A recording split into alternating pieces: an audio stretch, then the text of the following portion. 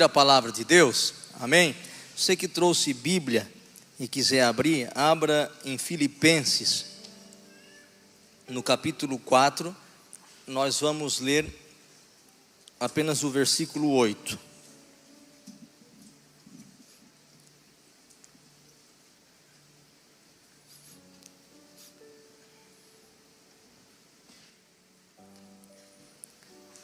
Filipenses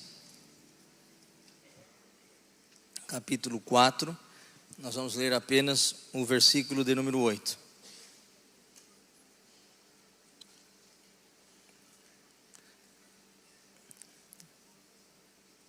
Eu vou ler na versão Almeida Corrigida Fiel, que diz assim: quanto ao mais, irmãos, tudo o que é verdadeiro, tudo o que é honesto, tudo o que é justo, tudo o que é puro, tudo o que é amável, tudo o que é de boa fama, se há alguma virtude e se há algum louvor, nisso pensai. Amém?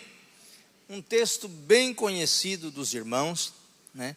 Um texto que de vez em quando a gente acaba citando quando vai fazer uma visita, né? Quando a gente encontra alguém pelo caminho. Mas ele é um texto muito profundo, e nós queremos então analisar o que esse texto ele traz para nós aqui nessa noite. O apóstolo Paulo, quando ele escreveu essa carta, ele estava preso. Paulo não estava fora de uma prisão, ele estava preso. E no capítulo 4 que nós lemos, ele estava dando os últimos conselhos, as últimas instruções para os irmãos. E no capítulo 4, do versículo 4 ao 7, nós vamos ver o apóstolo Paulo falando sobre alegria, sobre paz e também sobre confiança em Deus.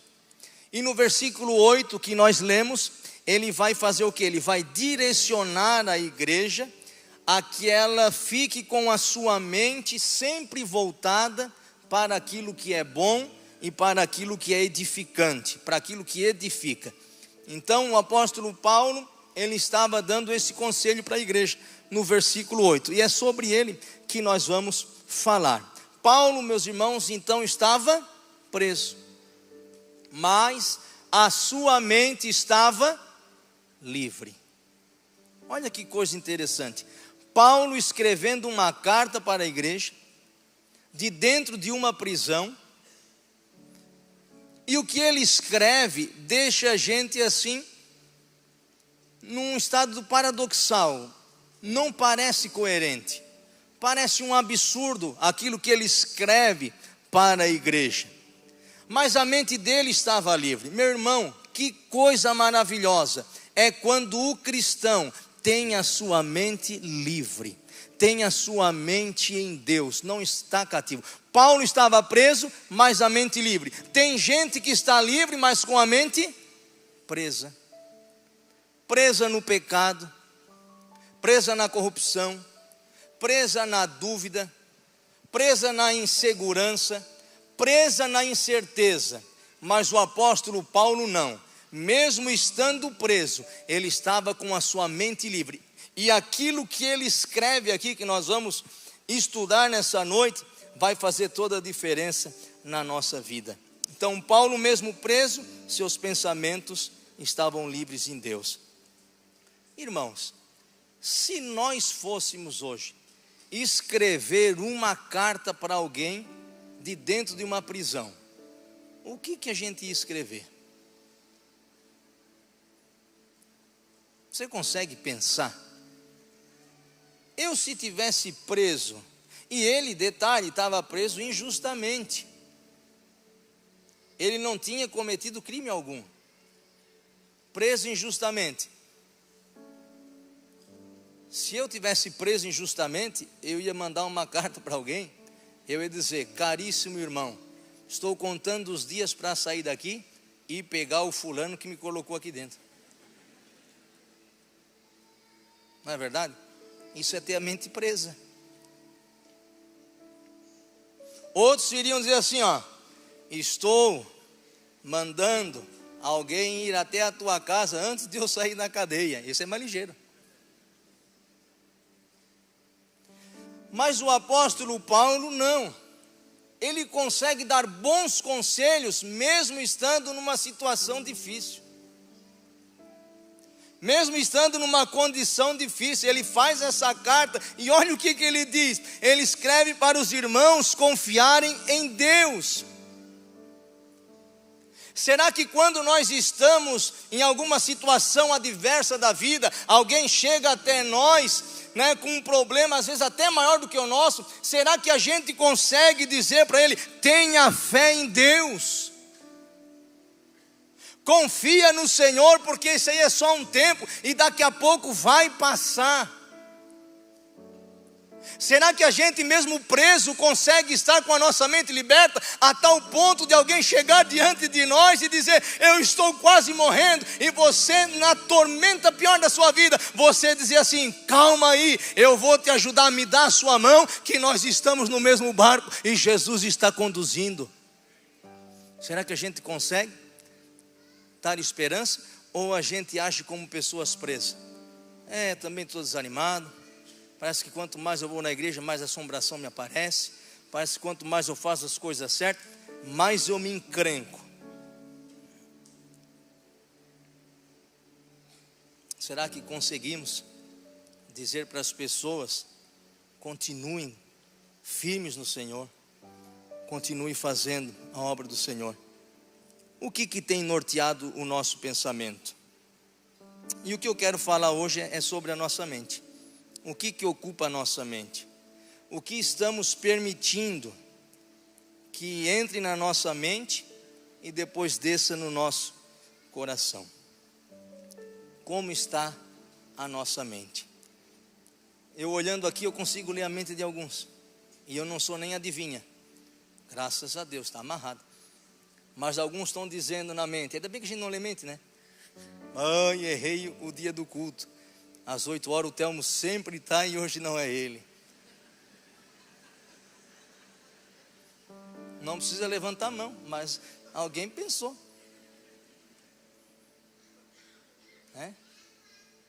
O que está ocupando a tua mente? O que você está dando lugar na sua mente e você está tornando em ações na sua vida? É isso que nós vamos falar então aqui nessa noite. Então o apóstolo Paulo, ele deu um exemplo. Ele não disse que quando saísse da prisão ia grudar aquele cara que prendeu ele injustamente. Não. Ele não disse: quando eu sair da prisão eu vou tirar a satisfação. Não, ele simplesmente escreveu uma carta para os irmãos, encorajando. E olha o que ele diz no versículo 4. Se você quiser deixar a sua Bíblia aberta, no versículo 4 ele diz assim: regozijai-vos sempre no Senhor. Outra vez digo, regozijai-vos. Irmãos, Paulo estava preso, mas ele estava encorajando os irmãos a se alegrarem no Senhor.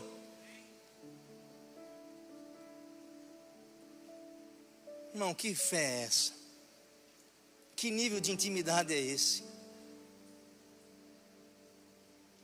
Ele estava dizendo para a igreja, preso, irmãos, acorrentado, num lugar ruim.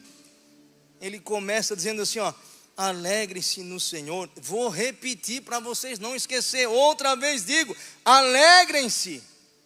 Por que é que ele tem a ousadia de escrever para os irmãos de uma igreja, para eles se alegrarem? Porque ele sabia que a alegria do cristão não depende de boas notícias, mas da sua confiança em Deus. As circunstâncias, meu irmão, não podem roubar a alegria que há dentro do nosso coração, que foi derramada pelo Espírito Santo de Deus um dia. É por isso que ele escreve para aquela igreja: as circunstâncias não vão roubar a alegria de vocês, porque a nossa alegria não está em coisas, a nossa alegria não está em circunstâncias. A alegria do cristão está numa pessoa chamada Jesus Cristo de Nazaré, e hoje ele está aqui nessa igreja, através do seu Espírito Santo, para dizer: te alegra, porque eu ainda não perdi o controle da minha igreja. Foi por isso que o apóstolo Paulo disse. Aí você pensa assim: mas olha, para nós se alegrar aqui, até está mais tranquilo. Mas como é que os irmãos que estão morrendo lá no outro lado do mundo conseguem se alegrar? Irmão, se você ler a história da igreja, você vai ver quantas pessoas morreram no Coliseu de Roma. E quando elas entravam naquela arena, elas iam cantando louvores a Deus, porque não existe nada que possa roubar a alegria e oração de quem serve a Deus, porque ele sabe que tudo aqui é momentâneo, mas um dia tudo isso se finda e passa, e nós estaremos para sempre com o Senhor. É essa alegria que não pode ser roubada de nós. E eles iam para a arena ser mortos, cantavam louvores e estavam alegres. Mas parece incoerente ser alegre no meio da perseguição. Sabe por quê? Porque nós estamos muito acostumados com as coisas daqui. Nós todos estamos muito acostumados com o conforto da terra aqui. Nós temos tudo. E a gente às vezes acaba se esquecendo da eternidade. Porque tudo é tão confortável, tudo está na nossa mão, tudo é muito prático. Mas Paulo, a única coisa que ele tinha era a alegria do céu, porque ele sabia em quem estava guardada a fé dele. Ele sabia que a única fonte de alegria para ele ainda é o Senhor. Então, meu irmão, quer ser alegre, quer ser um crente alegre? Não olhe para as circunstâncias, olhe para o teu Deus, olhe para Jesus. Olha para o céu, olha para as coisas que ainda irão acontecer. Mas para nós parece o quê? Não tem como se alegrar. Meu irmão, um motivo da nossa alegria é saber que os nossos pecados estão perdoados. Tem gente que não se alegra mais com isso. Sabe o que é o perdão dos pecados perdoados, irmão? É você ter o seu passaporte, meu Deus, fugiu a palavra, carimbado, para você ter acesso ao céu. Mas às vezes a gente já nem agradece mais a Deus, não se alegra mais. Senhor, obrigado porque os meus pecados estão perdoados. Porque nós pensamos muito nas coisas da terra, a gente acaba se esquecendo das coisas do céu. Então o apóstolo Paulo, preso, ele começa no versículo 4 dizendo: continuem alegres, se alegrem sempre no Senhor. Não são as circunstâncias que roubam a alegria. Sabe o que rouba a alegria de crente, irmão? Pecado. O pecado é quem faz isso. Porque o pecado primeiro ele te dá o prazer, depois ele te lança em um lugar chamado culpa. E a culpa, meu irmão, é um ladrão de alegria. A culpa, ela rouba a nossa alegria. Aí nós viemos no culto, o culto é uma bênção, a gente levanta a mão, a gente canta, a gente adora a Deus, e daqui a pouco vem o que? No nosso pensamento, aquela seta maligna, certeira, e diz assim: olha, está levantando a mão aí, rapaz, tu pecou hoje, hein? Tu brigou com as pessoas hoje, tu mandou uma mensagenzinha ali, meia grosseira para tua mãe, tu não está bem convertidinho, não está crentinho hoje não. Aí o que acontece? Você lembra daquilo que cometeu, a culpa vem, e lá se foi a sua alegria, pastor Nelson. Lá vai a nossa alegria. Por quê? Porque o pecado, ele consegue sim roubar a nossa alegria. Mas a nossa verdadeira alegria, irmãos, ela vem do Senhor. E Deus, ele é tão bom, que mesmo quando a culpa quer nos tomar por inteiro, quando nós dobramos o nosso joelho e reconhecemos que somos falhos e pecadores, o Espírito Santo do Senhor, ele desce e apaga a nossa culpa, e a alegria surge novamente na vida do cristão. Amém? Aí no versículo 5, olha o que ele diz: seja a vossa equidade ou equilíbrio moderado notória a todos os homens, perto está o Senhor. O que é ser moderado, meu irmão? É refletir o caráter de Cristo. A moderação deve ser visível nas nossas reações diárias.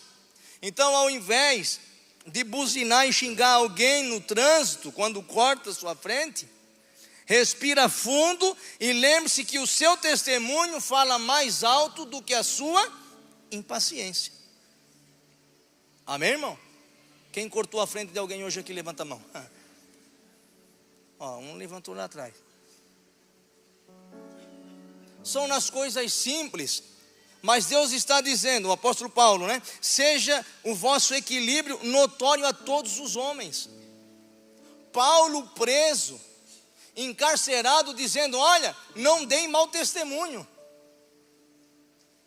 que o proceder de vocês seja moderado, porque perto está o Senhor, irmão. Então, se tem alguém que nunca está longe de nós, é o Senhor. Qualquer atitude que nós venhamos tomar ou cometer, perto está o Senhor.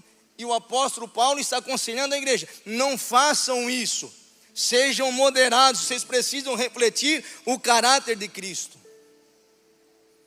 Uma vez, acho que eu já contei aqui, mas é tanto culto de manhã, tarde, à noite, a gente não sabe se já contou. Se contou, dá glória a Deus. Se não ouviu, dá glória a Deus também, tá? Eu estava levando a minha filha para o colégio, e de repente um abençoado na minha frente, abençoado porque eu acho que ele era crente, que ele era bem paciente, e ele estava andando de carro assim na minha frente, e eu disse: Senhor, ele vai entrar à direita ou tem algum animal na frente, alguma pessoa, e ele não quer atropelar, porque pela lerdeza alguma coisa tem. Eu atrasado, né? Levando a filha. Aí daqui a pouco o abençoado simplesmente vira à direita. Eu digo: bah. Aí eu, com a minha filha no carro, não, crente não fala palavrão, obviamente, né, irmãos? Amém? Mas eu fiquei bravo, xinguei. Eu disse: meu Deus, que tanso esse cara. E eu não sei se era homem. Não, homem não era. Não sei se era idosa ou se era novinha. Não sei. Não, estou brincando. Não deu de ver. Aí eu disse: por que não dá seta? Tirou a carteira quando, esse camarada aí, em época de eleição? Está amarrado, não deixa ele nervoso. E fiquei murmurando ali. Daqui a pouco, irmãos, a minha filha, a Helena, ela disse: pai já pensou na possibilidade de a seta estar estragada? Irmãos, eu disse, eu pensei na possibilidade de ter ficado quieto.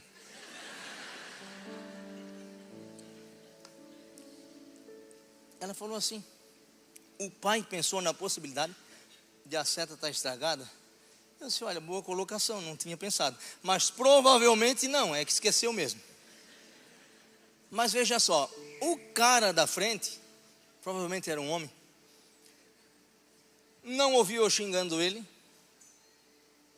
não ouviu eu dizendo que ele era um tanso, não ouviu nada disso. Mas a minha filha ouviu. Eu dei mau testemunho para ela. E quem estava junto ali? Perto está o Senhor. Aí eu fiquei com vergonha. Então, meu irmão, se você estiver na minha frente, dê a seta. Pelo amor de Deus. Não faça esse pecado comigo. Pelo amor de Deus. Veja, irmãos, a vossa moderação seja notório a todos os homens. Então, o nosso caráter precisa ser espalhado, mas um bom caráter, não um mau caráter. Então, meu irmão, quando estiver andando aí de carro, dê a seta em nome de Jesus. Versículo 6, olha o que ele diz: não estejais inquietos ou ansiosos por coisa alguma, antes as vossas petições sejam em tudo conhecidas diante de Deus pela oração e súplica com ação de graças. Meu irmão, o apóstolo Paulo preso, ele aconselhou: se alegrem no Senhor.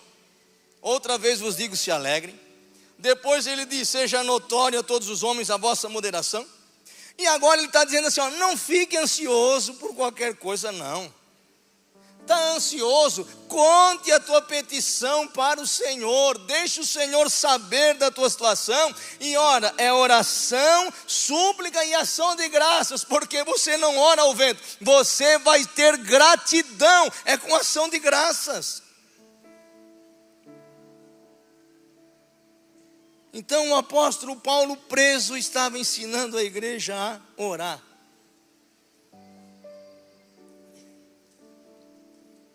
Em vez de se desesperar, meu irmão, confie no Senhor. Leve as suas preocupações para Ele. Talvez você está na aflição, né? Preocupado, qual faculdade eu vou escolher? Ao invés de ficar ansioso, diga para o Senhor os seus anseios. Peça direção para Ele, com súplica e com ação de graças, porque Deus tem prazer em cuidar dos seus filhos. Tenha gratidão. A gratidão nos ajuda a confiar mais em Deus e menos nas nossas preocupações. Eu falei hoje de manhã aqui que a gratidão atrai a presença de Deus.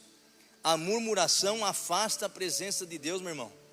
O povo de Israel, quando sai do Egito, a primeira coisa, Deus liberta lá, manda as 10 pragas. Quando eles estão na frente do mar, eles começam a agradecer a Deus, né? Senhor, obrigado pelas 10 pragas que veio. O Senhor nos libertou. Tá, estamos agradecidos. Agora está um marzinho aqui na frente, Senhor, dá o teu jeito. Não. O povo de Israel começou a murmurar na frente do mar, pastor Nelson. Começou a dizer, não tinha sepulcro para nós lá no Egito. Não tinha comida lá, agora nos trouxesse para morrer aqui. Começaram a murmurar em vez de ser grato a Deus pelo livramento de já ter saído lá do Egito. Aí eles chegam no Mar Vermelho. Aí Deus diz, Moisés, estenda a tua mão, vou abrir. Aí o povo passa. Depois que passou, meu irmão, o mar, ao invés de agradecer, caminhar um pouquinho, aí começaram a dizer, estou com sede, estou com sede. Aí lá tocava na rocha, vinha água. Daqui a pouco, estou com fome. Não parece coisa de crente, irmão? Sede e fome, né? Estou com fome. Aí Deus mandava maná para eles. Aí daqui a pouco, não quero mais pão, eu quero é carne, eu gosto de carne, né? Eu quero é codorniz. Aí Deus manda um monte de codorniz, eles comem tanto que a Bíblia vai dizer que sai até carne pelo nariz, de tanto que comeram carne, murmurando. Irmão, segundo alguns estudiosos, do caminho do Egito até Canaã, até a terra prometida, Israel, eles eram para levar 11 dias para chegar na terra prometida. Quanto tempo eles levaram? Quanto? 40 anos no deserto, meu irmão. Sabe por quê? Por causa da murmuração. E se você olhar o mapa, eles andavam em círculos. Meu irmão, quem murmura nunca vai para frente, está sempre andando em círculo. Então quer encurtar o caminho, irmão, seja grato a Deus. Agradeça por tudo que Ele fez na tua vida, por tudo que Ele te deu. E quer ver como a gente é ingrato? Na grande maioria, eu sempre gosto de fazer essa reflexão no final do ano, mas cabe no início também, não tem problema, né? Se nós amanhã, não, se hoje, nem amanhã, se hoje, nós tivéssemos acordado somente com o que a gente agradeceu ontem, o que a gente teria hoje?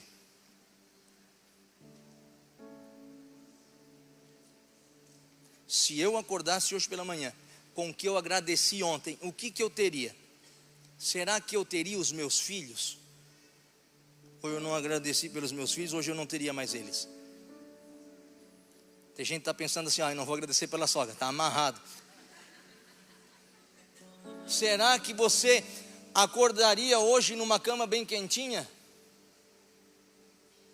Será que nós teríamos o que comer hoje na mesa? Será que você teria essa roupa bonita para vir hoje aqui no culto?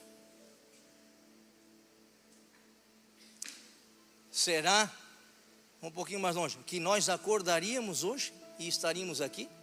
Ou a gente já não agradece mais a Deus pela nossa vida, pelo dom da vida que Ele nos dá?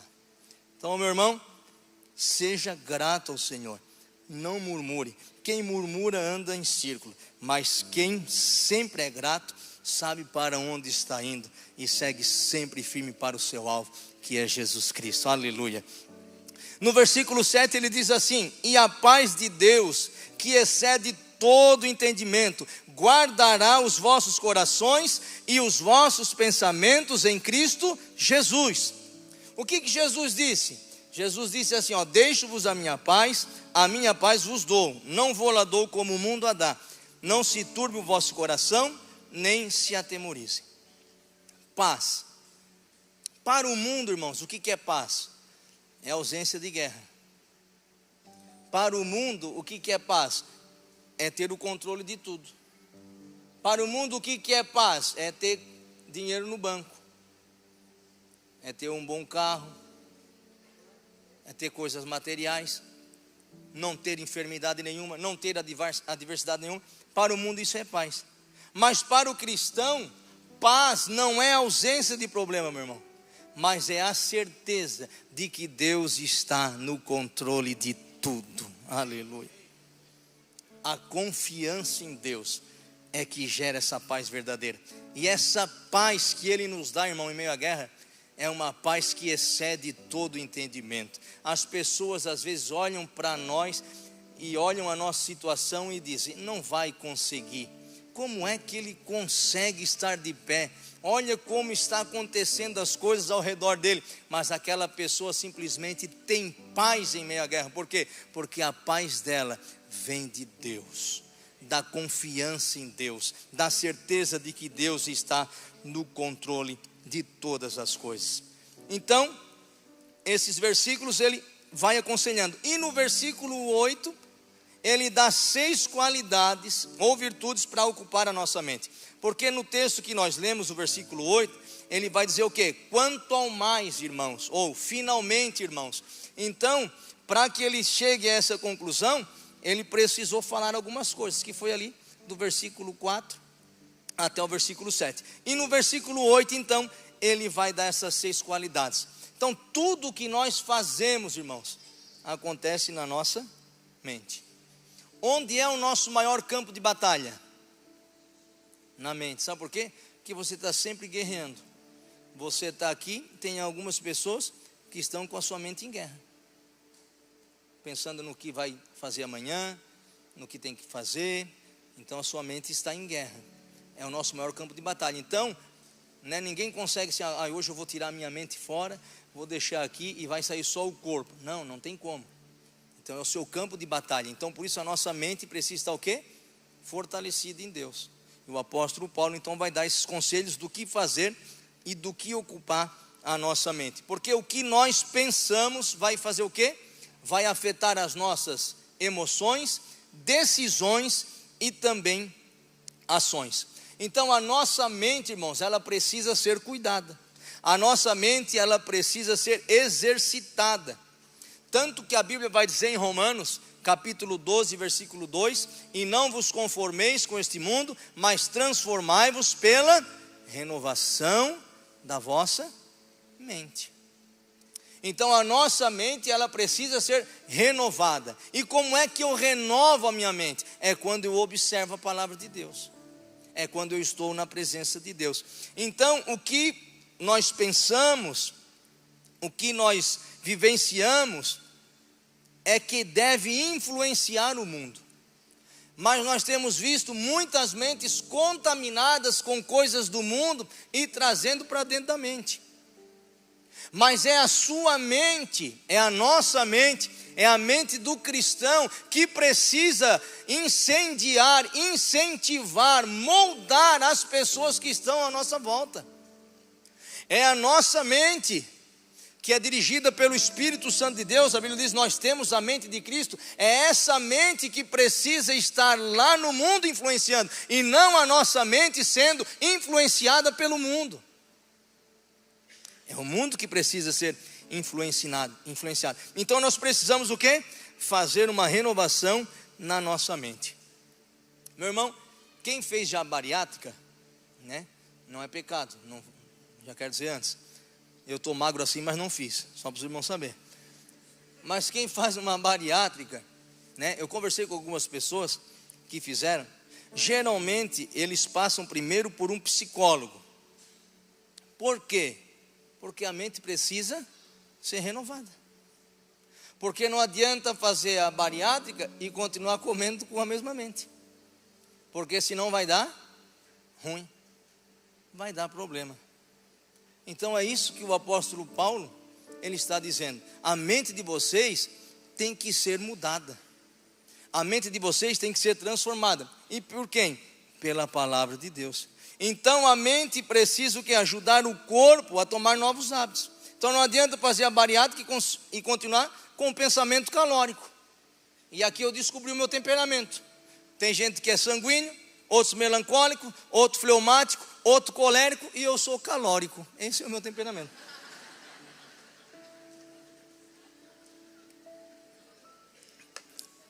Entendeu? Então nós precisamos transformar a nossa mente, renovar. Então a partir do momento que eu entreguei a minha vida para Jesus, que eu digo que Ele é o Senhor da minha vida, a minha mente não pode ser a mesma mente do passado. A Bíblia diz: quem roubava, não rouba mais.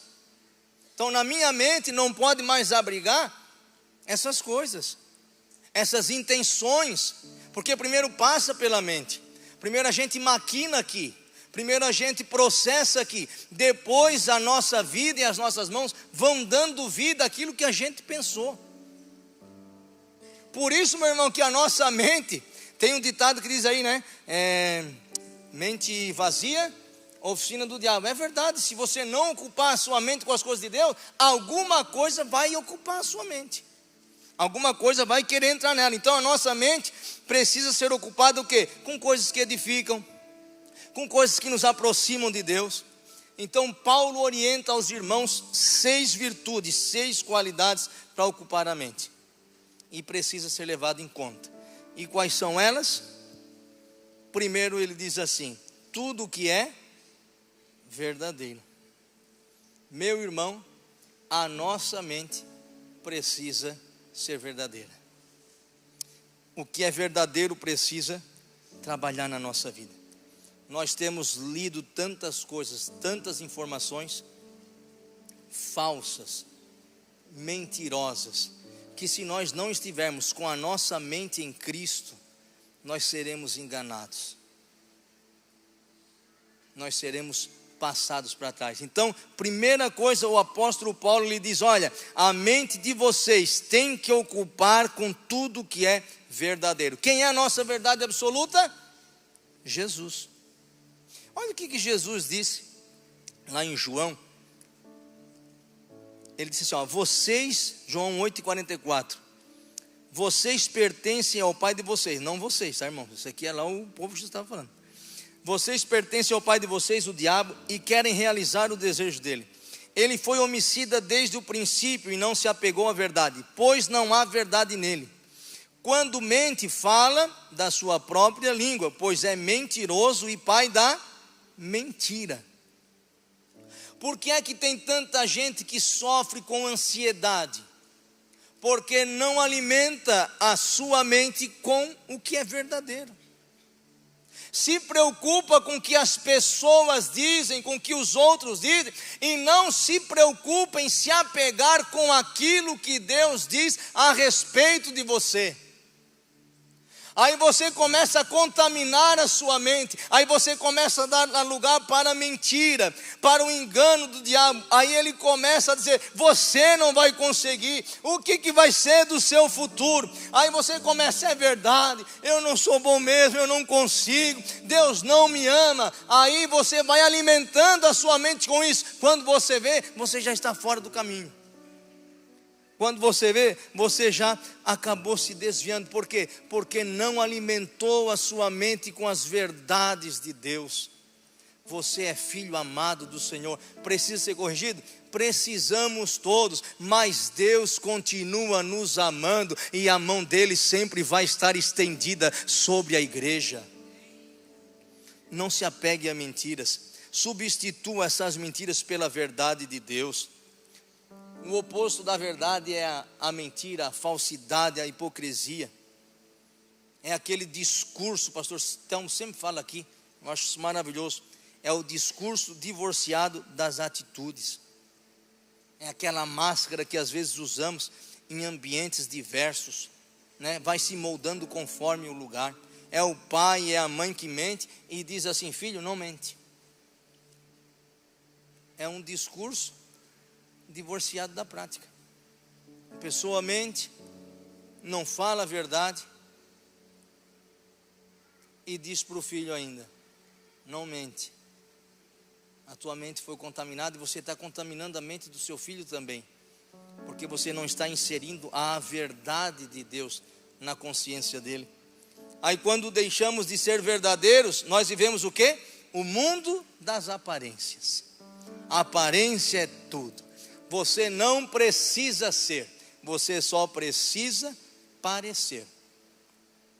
Aí você começa a colocar essas mentiras na sua mente. Você não precisa ser uma pessoa de sucesso, você só precisa usar uma roupa de marca. Aí você vai lá, faz 50 vezes uma camiseta, porque você quer parecer. Aí é o mundo das aparências. Você não precisa ser uma pessoa feliz, basta sorrir. Você não precisa ser uma pessoa bonita por dentro, basta a maquiagem que a gente coloca para enganar toda a feiura que a gente tem. E ninguém, irmãos, gosta de andar com pessoas mentirosas. Ninguém gosta de andar com hipócritas, com pessoas falsas. Só que nós temos que ter cuidado, irmãos, para nós não sermos as pessoas que não queremos perto de nós. Porque se a nossa mente não for renovada, não for condicionada, não for cativa à palavra de Deus, nós somos candidatos a sermos essas pessoas vazias de aparência e que são falsas. Aí, quer ver uma coisa? Ser verdadeiro se tornou sinônimo de ofensa. Ou às vezes para agradar alguém não somos verdadeiros. Eu já cansei de conversar com pessoas, elas perguntam alguma coisa, a gente fala a verdade, eu fico chateado porque eu ouvir a verdade. Por quê? Porque a mente está confusa. Quer ver uma coisa aqui? Eu até anotei, ó. A pessoa pergunta para a amiga assim, ó. Não, porque o homem não tem esses papos, é mais para a mulher. Amiga, você gostou da minha roupa? Não. Achei que não caiu bem em você, te deixou mais cheinha. Aí a amiga disse assim: que ignorância, precisa falar desse jeito? Eu gostei tanto dessa roupa. Aí quando tem oportunidade, essa pessoa que ouviu a verdade vai denegrir a imagem da amiga. Fazer uma fulano porque ela é invejosa. Mas ela pediu opinião, não pediu opinião, irmão? Está disposto a pedir a opinião de alguém? Esteja disposto a ouvir também. Se você pede a opinião de alguém que você se importa, então esteja disposto a ouvir. É igual fazer pesquisa de clima organizacional em empresa. Tem empresa que corre de pesquisa de clima. Por quê? Porque lá o funcionário vai dizer tudo que está precisando e às vezes a empresa não está disposta a fazer aquilo ali. Então não pergunte nada. Mas ser verdadeiro, às vezes parece que se tornou o quê? Ofensa. Não, meu irmão, seja verdadeiro em tudo. Claro, não estou dizendo aqui para ser ignorante, né? Mas tudo dentro dos limites. Então, nós precisamos, a primeira coisa é ser verdadeiro. Vamos correr aqui. Depois ele diz: tudo que é honesto. Significa que é digno de honra, respeito e integridade. É aquele empresário que não faz negócios desonestos, mesmo que isso signifique perder dinheiro. O que é ser honesto, irmão? É não dar um cheque maranata, breve voltará. Ainda existe cheque, né? Existe, né? Entendeu? Isso é ser honesto. Deu um cheque, não é maranata, breve voltará. Não, no dia certo vai ter que cair lá e tem que ser feito. Tem que estar o dinheiro lá. Nós temos que ser honesto em tudo que a gente for fazer. Irmão, a Bíblia fala de um homem chamado Daniel, um homem íntegro. Se você ler a história de Daniel, é linda demais. Daniel diz que o pessoal, eles estavam meio enciumados com ele. Ele estava numa cidade longe da dele, estava em terra estranha, com uma cultura diferente. Mas o que acontece? Deus estava lá com ele. E ele foi prosperando em tudo. Tudo que ele fazia, Deus prosperava. Aí o pessoal ficou meio enciumado. Aí disseram assim: vamos encontrar uma falha em Daniel. Nós precisamos encontrar, mas a Bíblia diz que ele era honesto em tudo. Pastor Nelson, não acharam uma falha nele. Reviraram Daniel de ponta cabeça e não encontraram nenhuma questão administrativa errada. Tudo que Daniel fazia era perfeito e correto, era um homem honesto. Aí sabe o que disseram? Não encontramos furo nele. Nós vamos fazer o seguinte, rei, nós vamos fazer um decreto, e durante 30 dias, ninguém vai poder orar a outro Deus, a não ser o rei. Olha o furo que encontraram de Daniel, irmão. Se eles olharem para nós, será que a gente deixa esse furo ou não? Ou será que eles encontram alguma coisa errada nas nossas administrações e a oração passa batida? O furo que encontraram em Daniel foi porque ele orava 3 vezes ao dia ao seu Deus. O decreto veio, mas Daniel continuou posicionado. Por quê? Porque ele sabia em quem estava a sua confiança. Então, quando eu penso com honestidade, eu vou agir com honestidade. As nossas atitudes vão o quê? Refletir a nossa mente.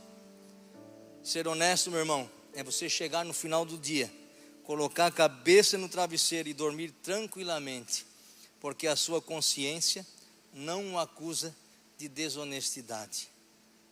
Que coisa maravilhosa chegarmos no final do dia e nós dizermos assim: graças a Deus que hoje eu fui um homem honesto, com a minha esposa, com os meus filhos, com os meus pastores, com a igreja, com os meus pais, com os meus amigos, no meu trabalho. Olha como dá para o crente ser honesto em tantos âmbitos aí da nossa sociedade.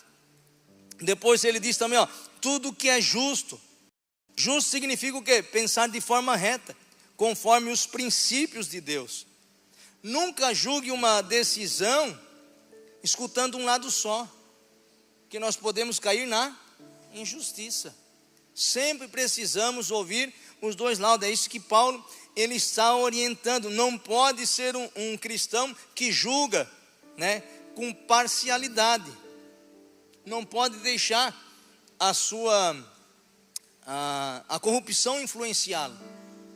Deus nos chamou para sermos justiceiros, da justiça, promotores da justiça. Então o apóstolo Paulo ele deixa bem claro: tudo que é justo, então ocupe a mente de vocês também. Aí ele diz: tudo também que é puro. Pureza no pensamento leva a pureza na ação, meu irmão. Hoje em dia muitos jovens são bombardeados com imoralidade, adultos também, pornografia, conteúdos impuros. E o que entra na mente afeta o quê? O coração. Jó, ele disse assim, eu vou fazer um acordo com os meus olhos, para que eu não olhe com impureza nenhuma donzela.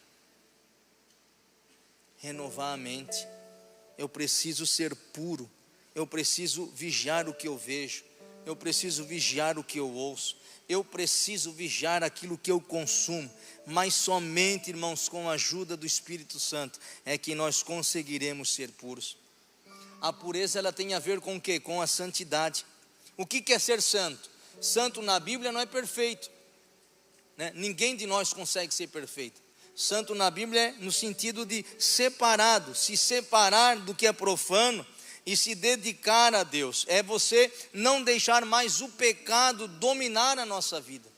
O pecado não tem mais domínio sobre nós. O pecado agora para o cristão, ele é um acidente no meio do percurso. Por quê? Porque você não programa mais o pecado. Você não ama mais o pecado. Você não tem mais aquele pecadinho de estimação. Então você não marca horário, não marca dia para o pecado. Por quê? Porque o pecado simplesmente não tem mais domínio sobre a tua vida. Por quê? Porque a tua mente pensa naquilo que é puro.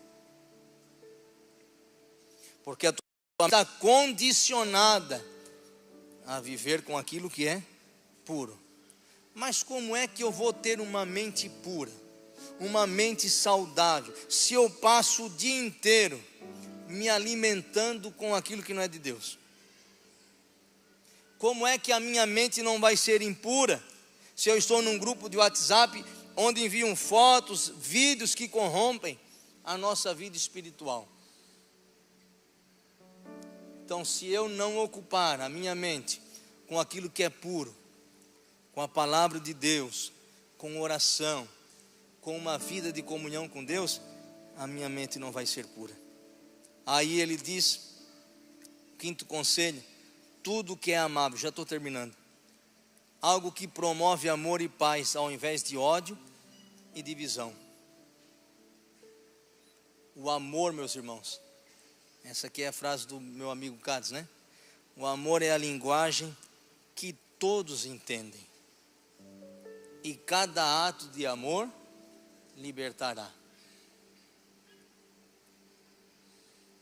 Então, meu irmão, simplesmente ame, seja amável, seja agradável, seja alguém que quando nós estamos na família, eles vêm correndo para nos abraçar, e não vão por um cantinho dizer, chegou o quebra tudo. Seja uma pessoa que tenha amor, que tenha bons conselhos, conselhos de amor, mesmo na correção. Ame as pessoas.